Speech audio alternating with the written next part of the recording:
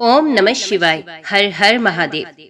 आप सभी को जय मां कंजुक चैनल की तरफ से शुक्र प्रदोष व्रत की हार्दिक शुभकामनाएं। जिस प्रकार एकादशी व्रत में भगवान विष्णु की पूजा की जाती है, उसी प्रकार त्रयोदशी का व्रत यानी प्रदोष व्रत में भगवान शिव की पूजा की जाती है। जब त्रयोदशी का व्रत शुक्रवार के दिन आ जाए तो उस प्रदोष व्रत को शुक्र प्रदोष व्रत कहा जाता है। शुक्र प्रदोष व्रत करने से भगवान शिव और माता पार्वती के साथ साथ शुक्रदेव की भी कृपा और आशीर्वाद प्राप्त होता है। शुक्रदेव दैत्यों और दानवों के गुरु भी हैं तथा जीवन में सुख समृद्धि और वैवाहिक सुख को देने वाले हैं। यदि किसी जातक की जन्म कुंडली में शुक्र ग्रह खराब अवस्था का हो तो उसे शुक्र प्रदोष व्रत का पालन अवश्य करना चाहिए। इस व्रत को करने से जीवन में विपत्ति तथा वैवाहिक समस्याओं का निवारण करने में मदद मिलती है। शुक्रदेव जी की पूजा में सफेद रंग का विशेष महत्व है।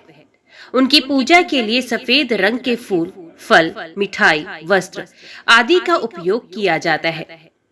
यदि आप शुक्रदेव को संतुष्ट करना चाहते हैं तो आपको उनके इष्ट देव भगवान शिव की पूजा करनी चाहिए। इस प्रकार शुक्र प्रदोष व्रत का पालन करके आप वास्तव में भगवान शिव और माता पार्वती के साथ साथ शुक्र देव की कृपा और आशीर्वाद भी प्राप्त कर सकते हैं। इस व्रत का पारण अगले दिन शिवलिंग पर जल चढ़ाने से होता है। एक बार की बात है, एक शहर में 3 दोस्त थे, राजकुमार, ब्राह्मण कुमार और तीसरे थे धनिक पुत्र। राजकुमार और ब्राह्मण कुमार का विवाह हुआ था और धनिक पुत्र भी विवाहित था, लेकिन उनकी पत्नी का गोना अभी बाकी था। तीनों आदमी एक दिन अपनी पत्नियों के बारे में चर्चा कर रहे थे। ब्राह्मण कुमार ने चर्चा के दौरान कहा, महिलाओं के बिना घर भूतों से भरा होता है। जब धनिक ने ये सुना तो उसने तुरंत अपनी पत्नी को वापस लाने का फैसला किया। धनिक पुत्र के माता पिता ने उसे बहुत समझाया कि इस समय शुक्र देव अपनी शुभ स्थिति में नहीं है और ऐसे समय पर महिलाओं को उनके मायके से लाना अच्छा नहीं होता है। लेकिन उसने अपने पिता और माँ की बात नहीं मानी और अपनी पत्नी के घर पहुँच गया। उसकी पत्नी के घर वालों ने भी उसे ये बात समझाने की कोशिश की, लेकिन उसने उनकी बात भी नहीं मानी। अतः उन्होंने दुल्हन की विदाई की व्यवस्था कर दी और धनिक पुत्र को घर ले जाने के लिए एक बैलगाड़ी आई। वापस आते समय बैलगाड़ी का पहिया टूट गया, जिससे बैल का एक पैर टूट गया। इससे दूल्हा और दुल्हन दोनों परेशान थे। हालांकि वे चलते रहे।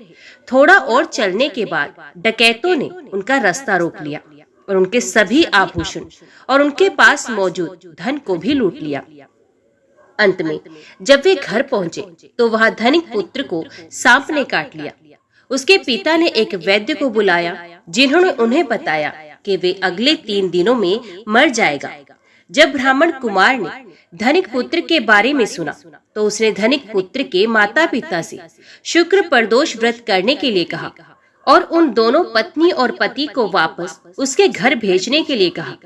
धनिक पुत्र उसके घर वापस चला गया और धीरे धीरे शुक्र प्रदोष व्रत की मदद से उसकी हालत में सुधार होने लगा और उसके सर पर मंडरा रहे सभी खतरे धीरे धीरे खत्म हो गए।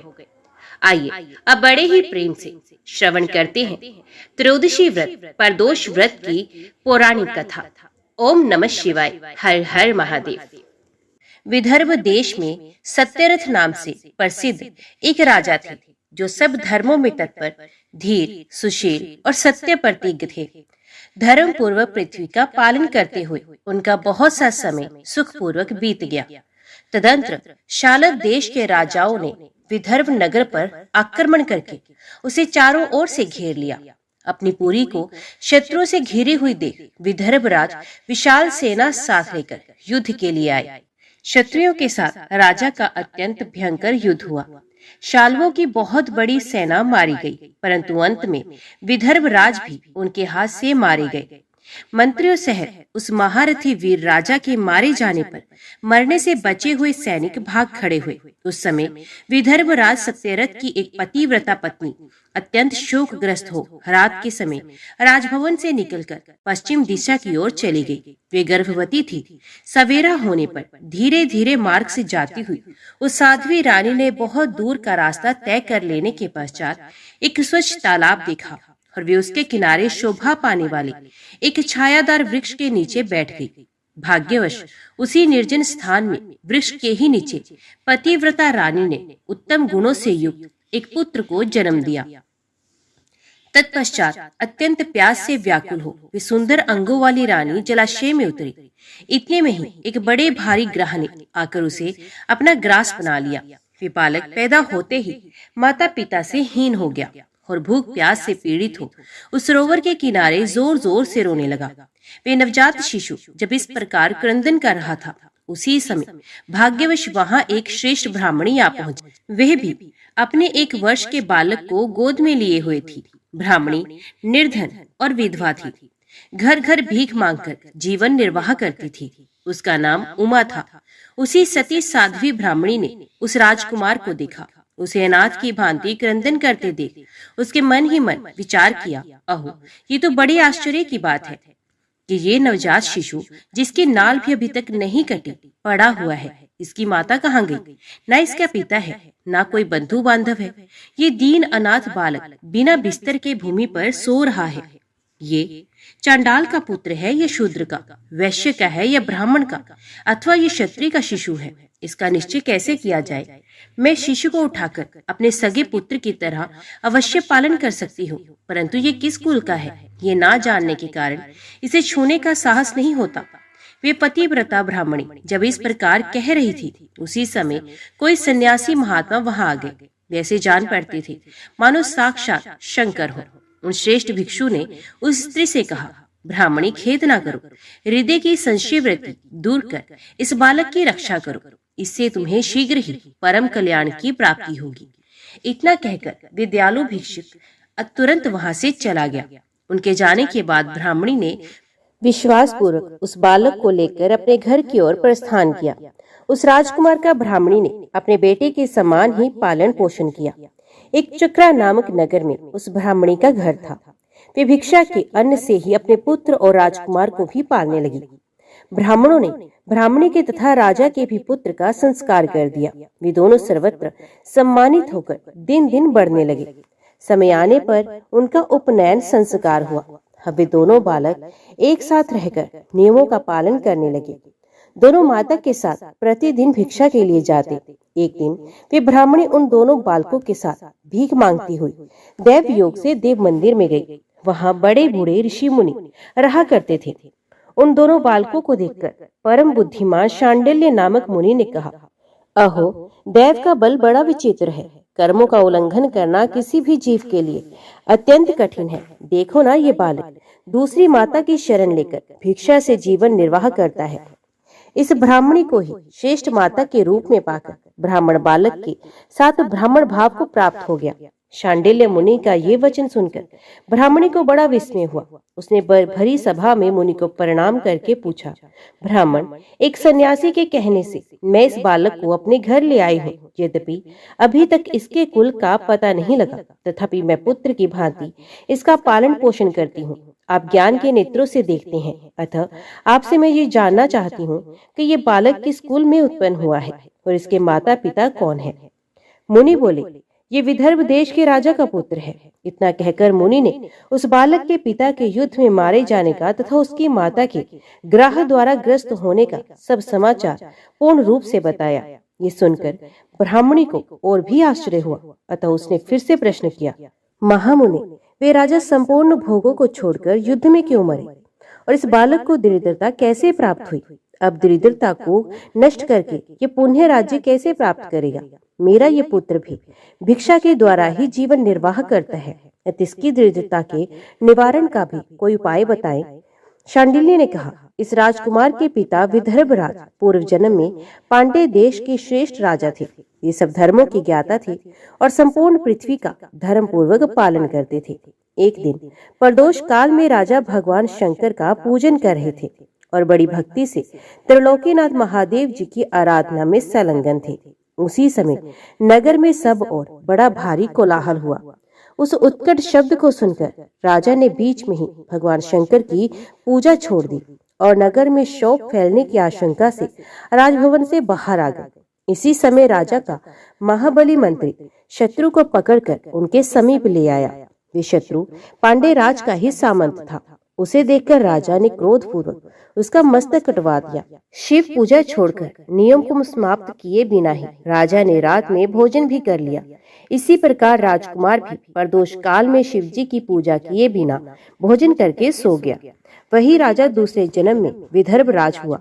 शिवजी की पूजा में विघ्न होने के कारण शत्रु ने उसको सुख भोग के बीच में ही मार डाला। पूर्व जन्म में जो उसका पुत्र था वही इस जन्म में भी हुआ। शिवजी की पूजा का उल्लंघन करने के कारण ये दरिद्रता को प्राप्त हुआ। इसकी माता ने पूर्व जन्म में शल से अपनी सौत को मार डाला था। उस महान पाप के कारण ही वे इस जन्म में ग्रह के द्वारा मारी गई। मैं सत्य कहता हूँ, परलोक में हित की बात कहता हूँ, शास्त्रों का सार एवं उपनिषदों का हृदय कहता हूँ। इस भयंकर आसार संसार को प्राप्त हुए जीव के लिए ईश्वर के चरणारविंदों की सेवा ही सार वस्तु है।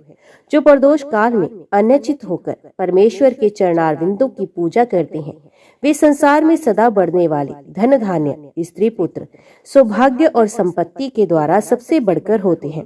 ब्राह्मणी, ये तुम्हारा पुत्र पूर्व जन्म में उत्तम ब्राह्मण था। इसने सारी उम्र केवल दान लेने में ही बिताई, यज्ञ आदि सत्कर्म नहीं किए, इसलिए ये दरिद्रता को प्राप्त हुआ। उस दोष का निवारण करने के लिए अब ये भगवान शंकर की शरण में जाए। सूत जी कहते हैं, मुनि के इस प्रकार कहने पर साध्वी ब्राह्मणी ने उन्हें प्रणाम करके शिव पूजन की विधि का क्रम पूछा।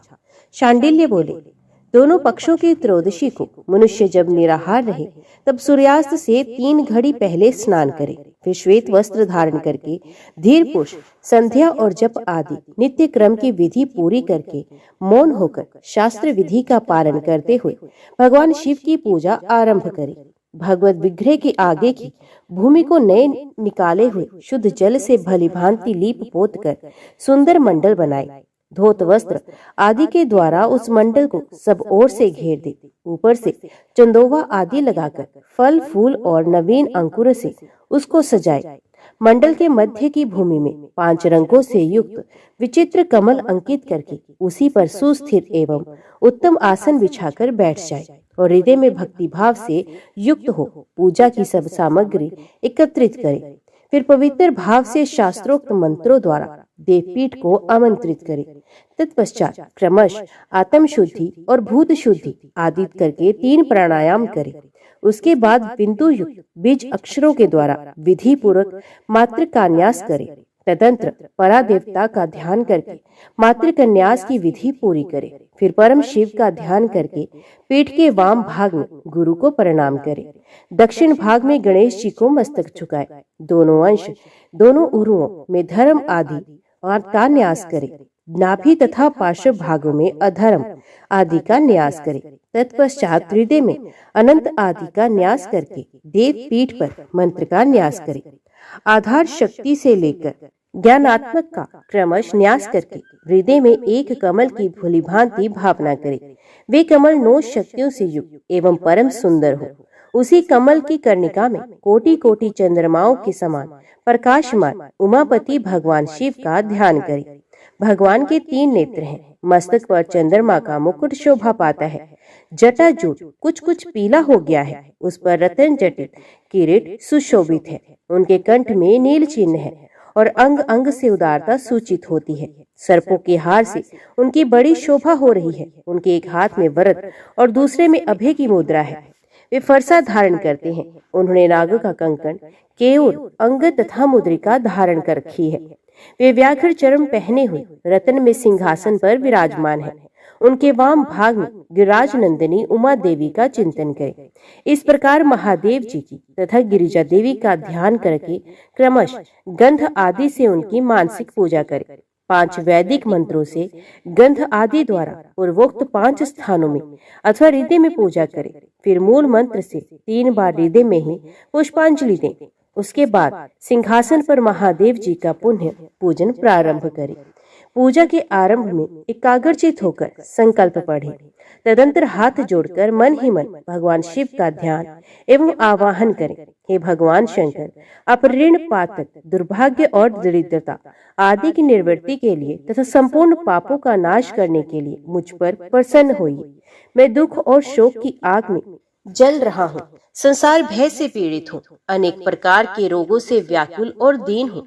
वृषभ वाहन, मेरी रक्षा कीजिए। देव देवेश्वर, सबको निर्भय कर देने वाले महादेव जी, आप यहाँ पधारिए और मेरी की हुई इस पूजा को पार्वती जी के साथ ग्रहण कीजिए। इस प्रकार संकल्प और आवाहन करके पूजा आरंभ करनी चाहिए। तत्पश्चात मनुष्य एकाग्रचित हो रुद्र सूक्त का पाठ करते हुए वहां स्थापित किए हुए शंख के जल से और पंचामृत से महादेव जी का अभिषेक करके भांति भांति के मंत्रों से आसन आदि उपचारों को समर्पित करें। भावना द्वारा दिव्य वस्त्रों से विभूषित स्वर्ण सिंहासन की कल्पना करें और उसी पर भगवान को विराजमान करके अष्ट गुण युक्त अर्घ्य और पादम निवेदन करे। फिर शुद्ध जल से आचमन कराकर मधु पर्क दे। उसके बाद पुण्य आचमन के लिए जल देकर मंत्रोच्चारण पूर्वक स्नान कराए। फिर यज्ञोपवीत वस्त्र और आभूषण अर्पण करे। परम पवित्र अष्टांग युक्त चंदन चढ़ाए। बिल्व मदार, लाल कमल, धतूर, कनेर, सनई का फूल, चमेली, कुशा, अपामार्ग, तुलसी, जूही, चंपा, भटकटैया और करवीर के फूलों में से जितने मिल जाए उन सबको शिव उपासक भगवान शिव पर चढ़ाए। इनके अतिरिक्त भी नाना प्रकार के सुगंधित पुष्प निवेदन करें। तत्पश्चात लाल चंदन से उत्पन्न धूप और निर्मल दीप समर्पित करें। उसके बाद हाथ धोकर घी, नमकीन और साग, मिठाई, पुआ, शक्कर तथा गुड़ के बने हुए पदार्थ एवं खीर का नैवेद्य भोग लगाए। मधु, दही और जल भी अर्पण करें। उस खीर का ही मंत्रों द्वारा प्रज्वलित की हुई अग्नि में हवन करें। ये होम शास्त्रोक्त विधि से आचार्य के कथनानुसार संपन्न करना चाहिए। भगवान शंकर को नैवेद्य देकर मुख शुद्धि के लिए उत्तम तांबूल अर्पण करें। धूप, आरती, सुंदर शस्त्र, उत्तम दर्पण को वैदिक तांत्रिक मंत्रों द्वारा विधि पूर्वक समर्पित करें। यदि ये सब करने में अपने में शक्ति ना हो, अधिक धन का अभाव हो, तो अपने पास जितना धन हो उसी के अनुसार भगवान की पूजा करें। गौरीपति भगवान शंकर भक्ति पूर्वक भेंट किए हुए पुष्प मात्र से भी संतुष्ट हो जाते हैं। तदंतर स्तोत्रों द्वारा स्तुति करके भगवान को साष्टांग प्रणाम करें। फिर परिक्रमा करके पूजा समर्पित करने के पश्चात विधि पूर्वक श्री गिरजापति की प्रार्थना करें।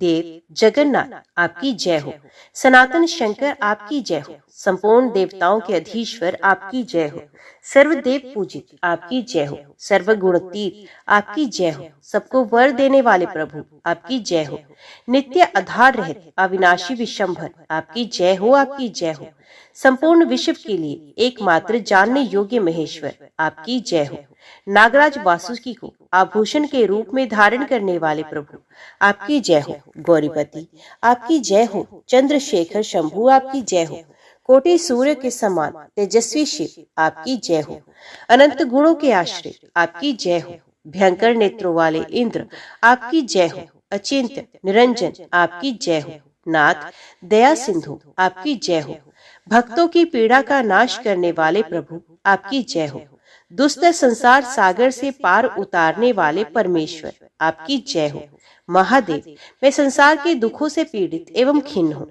मुझ पर प्रसन्न होइए। परमेश्वर समस्त पापों के भय का अपहरण करके मेरी रक्षा कीजिए। मैं महान दरिद्र के समुद्र में डूबा हुआ हूँ। बड़े बड़े पापों ने मुझे आक्रांत कर लिया है। मैं महान शोक से नष्ट और बड़े बड़े रोगों से व्याकुल हूँ। सब ओर से ऋण के भार से लदा हुआ हूँ। पाप कर्मों की आग में जल रहा हूँ और ग्रहों से पीड़ित हो रहा हूँ। शंकर मुझ पर प्रसन्न होइए। निर्धर मनुष्य इस प्रकार पूजा के अंत में भगवान गिरजापति की प्रार्थना करे। राजा को इस प्रकार भगवान शंकर की प्रार्थना करनी चाहिए। हे शंकर जी, आपके प्रसाद से मेरे सदा आनंद रहे। मेरे राज्य में लुटेरे ना रहे, सब लोग निरापद होकर रहे। पृथ्वी पर अकाल महामारी आदि के संताप शांत हो जाए, सबकी खेती धन धान्य से समृद्ध हो, संपूर्ण दिशाओं में सुख का साम्राज्य छा जाए। इस प्रकार प्रदोष व्रत के दिन गिरजापति भगवान शंकर की आराधना करें, ब्राह्मणों को भोजन कराएं और उन्हें दक्षिणा देकर संतुष्ट करें। इस प्रकार मैंने सब पापों का नाश और सब प्रकार की दरिद्रता का निवारण तथा समस्त मनोवांछित वस्तुओं का दान करने वाले शिव पूजा का वर्णन किया। ये शिव की पूजा शिव जी के द्रव्य का हरण करने के पाप को छोड़कर शेष सभी महापातकों और उपपातकों के महान समुदाय का नाश करती है। यदि ये दोनों बालक इसी प्रकार भगवान शंकर का पूजन प्रत्येक प्रदोष के दिन करते रहे तो वर्ष भर के भीतर ही इन्हें उत्तम सिद्धि की प्राप्ति होगी। शांडिल्य मुनि का ये वचन सुनकर उस ब्राह्मणी ने दोनों बालकों के साथ मुनि के चरणों में प्रणाम किया और इस प्रकार कहा, भगवान, आज मैं आपके दर्शन मात्र से कृतार्थ हो गई हूँ। ये दोनों बालक आज से आपकी शरण में हैं। ब्राह्मण, ये मेरा पुत्र है और इसका नाम शुचिव्रत है, और ये राजकुमार है जिसका नाम मैंने धर्मगुप्त रखा है। ये दोनों बालक और मैं भी सभी आपके चरणों के दास हैं। इस घोर दारिद्र्य सागर में गिरे हुए हम सबका आप ही उद्धार कीजिए। इस प्रकार शरण में आई हुई ब्राह्मणी को अमृत के समान मधुर वचनों द्वारा आश्वासन देकर मुनि ने उसके दोनों बालकों को भगवान शंकर के आराधन की मंत्र विद्या का उपदेश दिया। तत्पश्चात दोनों बालक और ब्राह्मणी मुनि की आज्ञा ले वहां से चले गए।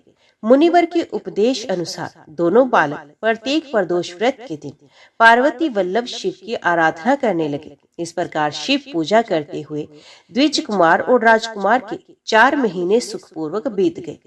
एक दिन द्विज कुमार राजकुमार को साथ लिए बिना ही नदी के तट पर स्नान करने के लिए चला गया और वहां मौज से देर तक इधर उधर घूमता रहा। वहां झरने के जल के आघात से खाई की भूमि कट जाने से उसमें गड़ा हुआ एक बड़ा भारी खजाने का कलश चमक रहा था, जिस पर ब्राह्मण कुमार की दृष्टि पड़ी।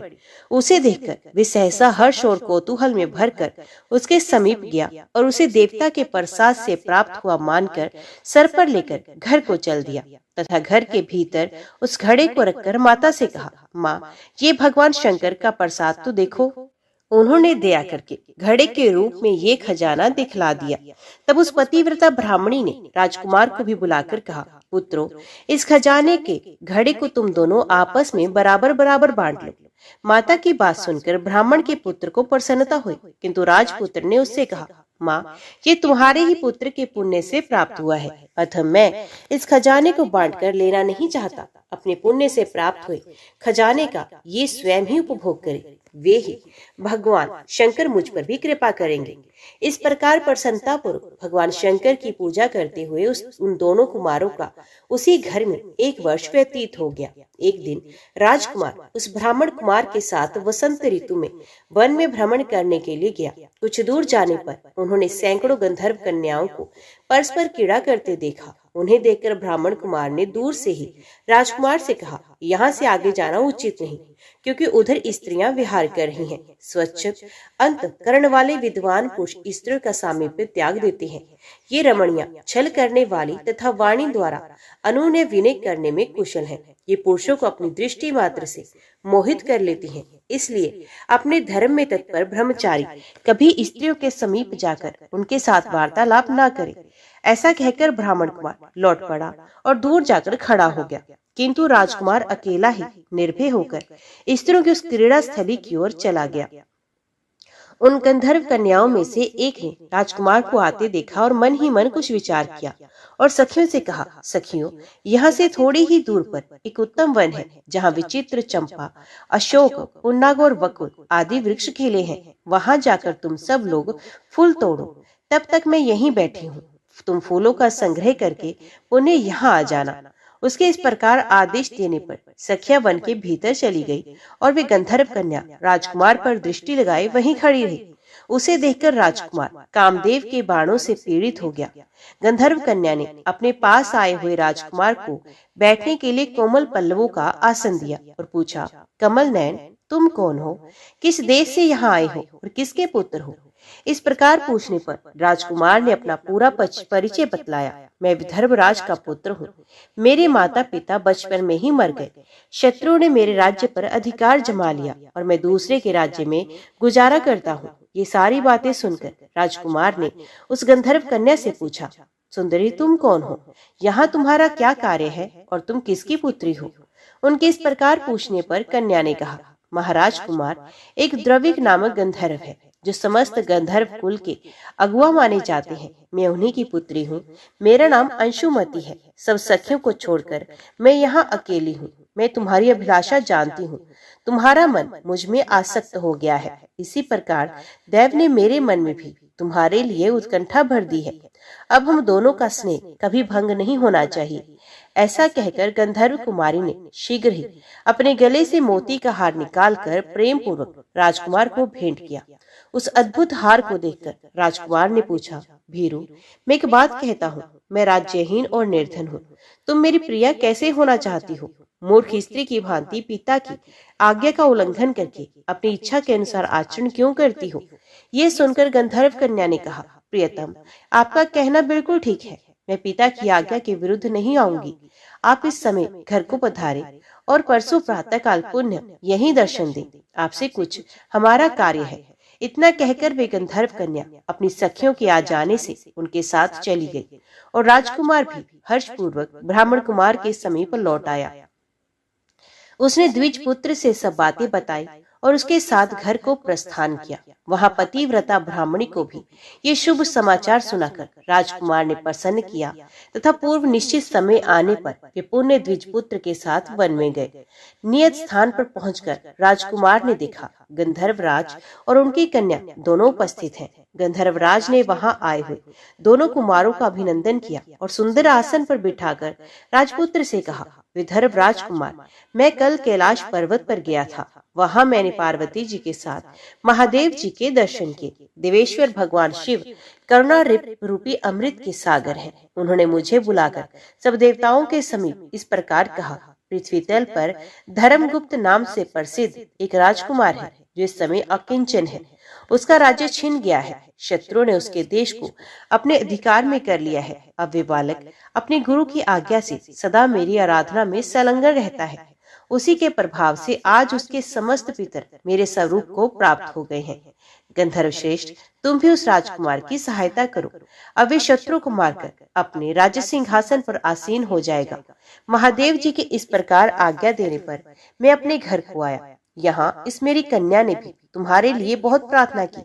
ये सब परम दयालु भगवान शिव की प्रेरणा से ही हो रहा है।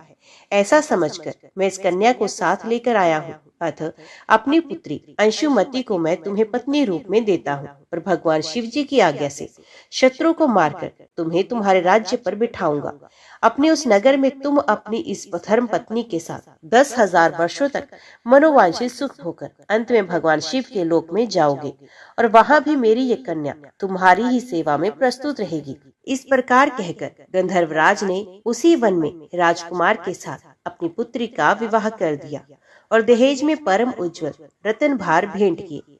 चंद्रमा के समान चमकीली चूड़ामणि तथा दमकते हुए मोतियों के मनोहर हार दिए।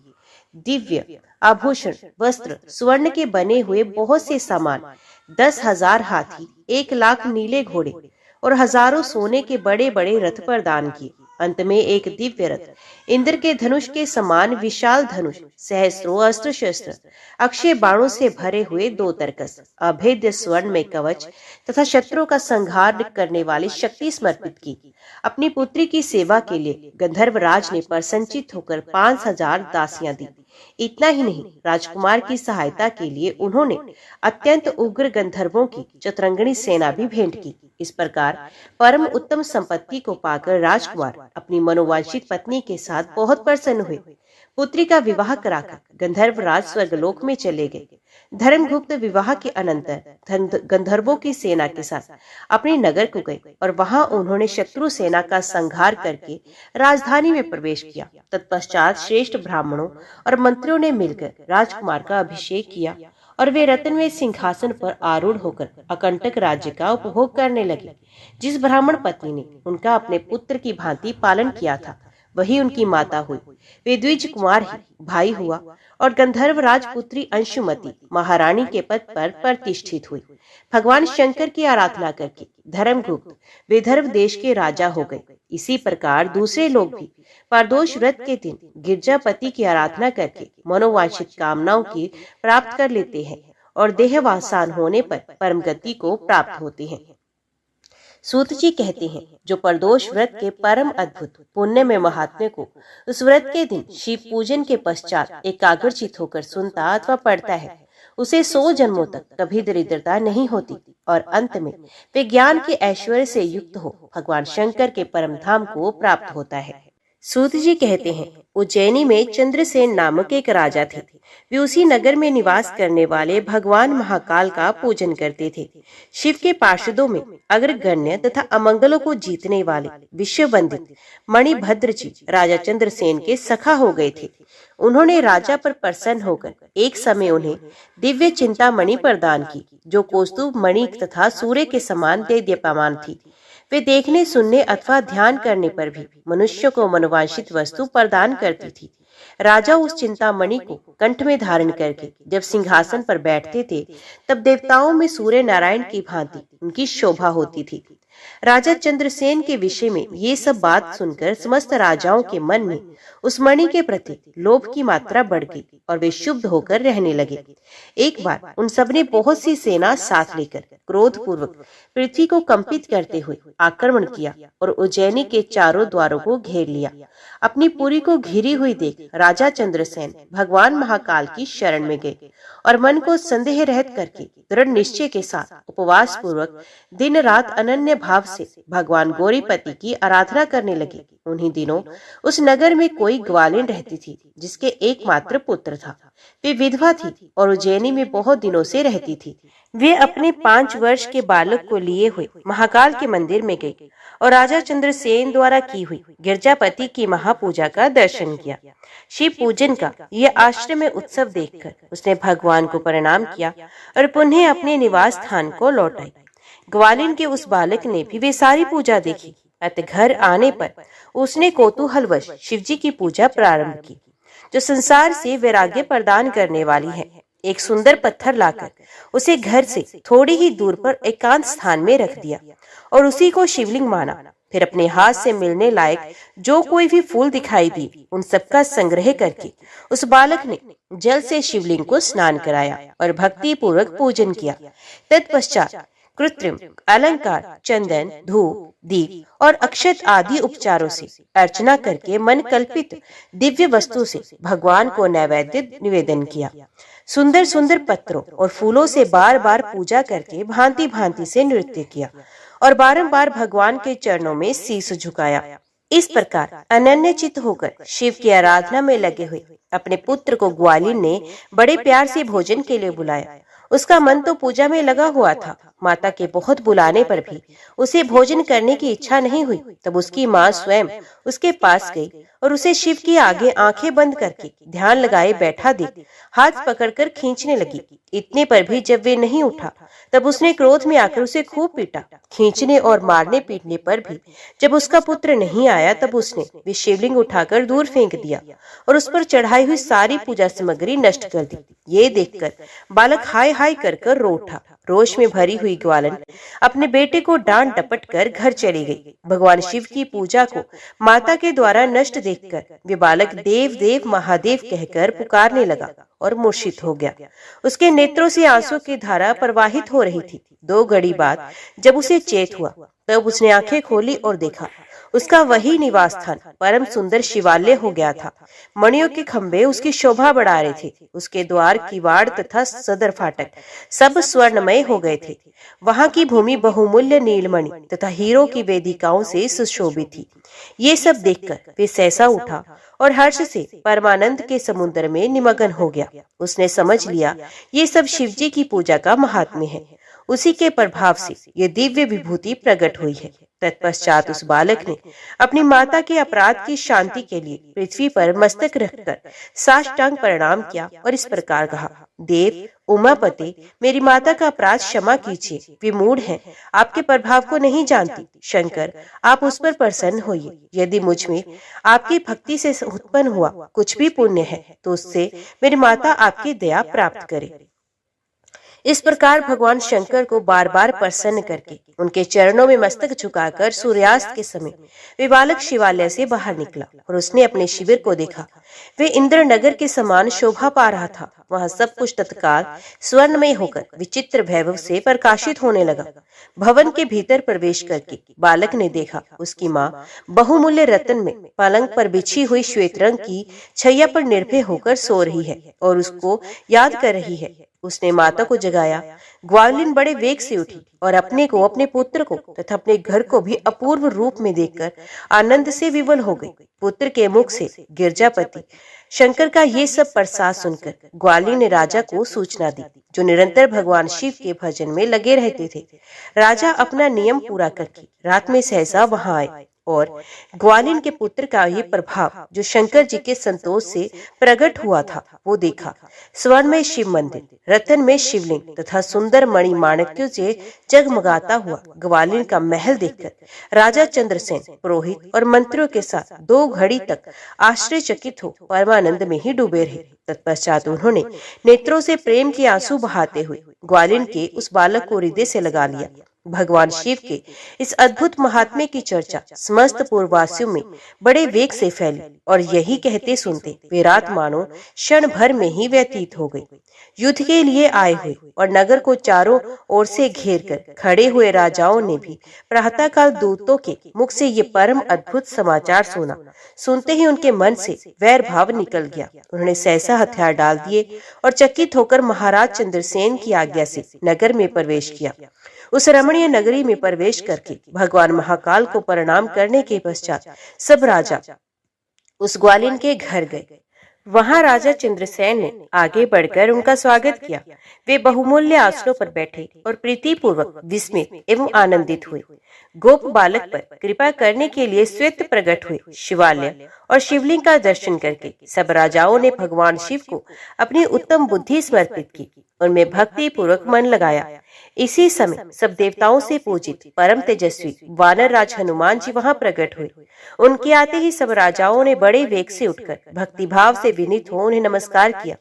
तब हनुमान जी ने कहा, राजाओं, भगवान शिव की पूजा के सिवा देहधारियों के लिए दूसरी कोई गति नहीं है। ये बड़े सौभाग्य की बात है कि इस गोप बालक ने शनिवार को प्रदोष व्रत के दिन बिना मंत्र के भी शिव का पूजन करके उन्हें पा लिया है।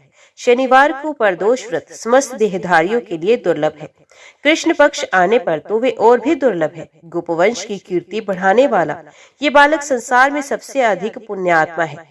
इसकी वंश परंपरा में 8वीं पीढ़ी में महायशस्वी नंद उत्पन्न होंगे, जिनके यहाँ साक्षात भगवान नारायण उनके पुत्र रूप में प्रकट हो श्री कृष्ण के नाम से प्रसिद्ध होंगे। आज से ये गोपाल नंदन संसार में श्रीकर नाम से विख्यात होगा। अंजनी नंदन हनुमान जी ऐसा कहकर उस गोप बालक को शिव उपासना के आचार व्यवहार का उपदेश थे वहां से अंतर ध्यान हो गए। वे सब राजा हर्ष में भरकर महाराज चंद्रसेन की आज्ञा ले जैसे आए थे वैसे ही लौट गए। महातेजस्वी श्रीकर भी हनुमान जी का उपदेश पाकर धर्मज्ञ ब्राह्मणों के साथ शंकर जी की आराधना करने लगे। समय अनुसार भक्त श्रीकर, गोप तथा राजा चंद्रसेन दोनों ने भक्ति पूर्वक शिव की आराधना करके परम पद प्राप्त किया। ये परम पवित्र उपाख्यान कहा गया है। ये गोपनीय रहस्य है, सुयश एवं पुण्य समृद्धि को बढ़ाने वाला है तथा गौरीपति भगवान शिव के चरणार बिंदों में भक्ति भाव की वृद्धि और पाप राशि का निवारण करने वाला है। ओम नमः शिवाय। हर हर महादेव। आज की वीडियो में इतना ही। उम्मीद करती हूँ वीडियो आपको पसंद आई होगी। वीडियो पसंद आई हो तो वीडियो को लाइक और चैनल को सब्सक्राइब जरूर कीजिएगा। ओम नमः शिवाय लिखकर कमेंट बॉक्स में अपनी हाजिरी और अपने सुझाव देना ना भूलिएगा। तो मिलते हैं अगली कथा अगली वीडियो के साथ। तब तक के लिए देखते व सुनते रहिए। जय मां कंजक, जय माता दी।